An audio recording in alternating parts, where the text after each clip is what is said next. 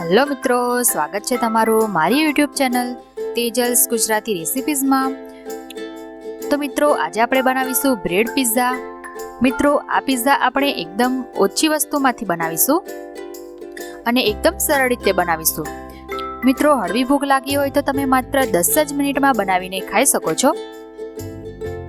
તો મિત્રો, તમે મારી ચેનલને હજુ સુધી સબસ્ક્રાઇબ ન કરી હોય તો જલ્દીથી કરી લો। તો સૌપ્રથમ મેં અહીં 2 શિમલા મિર્ચને ઝીણા કટ કરી લીધા છે, સાથે એક મોટી ડુંગળીને ઝીણી સમારી લીધી છે અને 2 ટામેટાને ઝીણા કટ કરી લીધા છે। હવે આ ત્રણેયને બરાબર મિક્સ કરી લઈશું।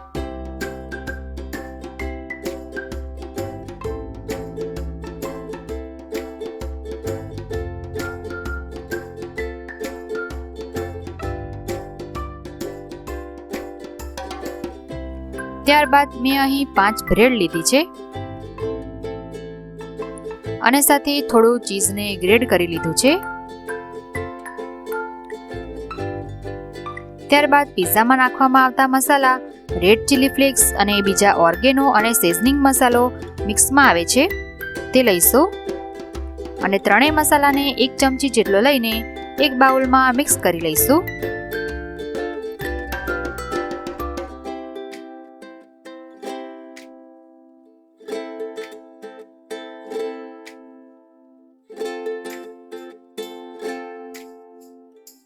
હવે એક બ્રેડ લઈશું, તેના પર મિક્સ કરેલા ટામેટા, મરચાં અને ડુંગળીને આ રીતે મૂકી દઈશું।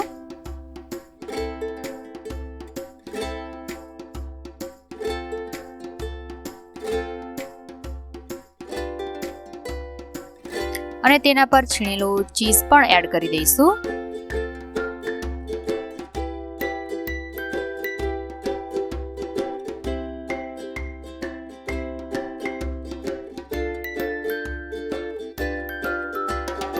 ત્યારબાદ મિક્સ પિઝાનો મસાલો ઉપરથી સ્પ્રેડ કરી દઈશું।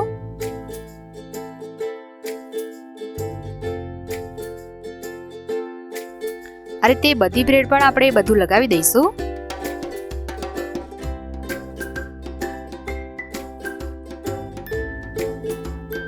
તો બધી બ્રેડ પર મેં આ રીતે લગાવી લીધું છે। ત્યારબાદ એક નોનસ્ટિક પેન લઈશું, તેના પર થોડું તેલ એડ કરીશું। તમે તેલને બદલે બટરનો યુઝ પણ કરી શકો છો। અહીં આપણે ગેસનો ફ્લેમ એકદમ લો રાખીશું। ત્યારબાદ તૈયાર કરેલી 4 બ્રેડને નોનસ્ટિક પર આ રીતે મૂકી દઈશું।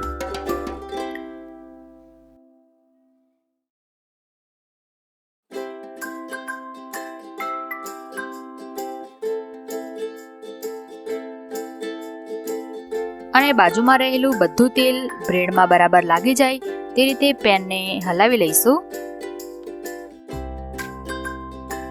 અને તેના પર ઢાંકણ ઢાંકી દઈશું અને 5 મિનિટ સુધી કૂક થવા દઈશું। 5 મિનિટ પછી આપણા બ્રેડ પિઝા એકદમ રેડી થઈ ગયા છે। હવે આપણે આને એક પ્લેટમાં કાઢી લઈશું।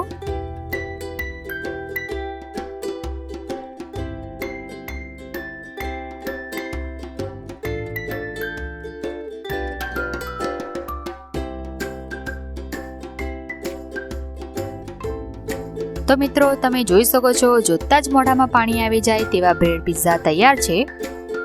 મિત્રો, આ બ્રેડ પિઝા ઘરમાં મોટા તેમજ બાળકોને ખૂબ જ ભાવશે, તેથી તમે એકવાર જરૂરથી આ રેસીપીને ટ્રાય કરજો।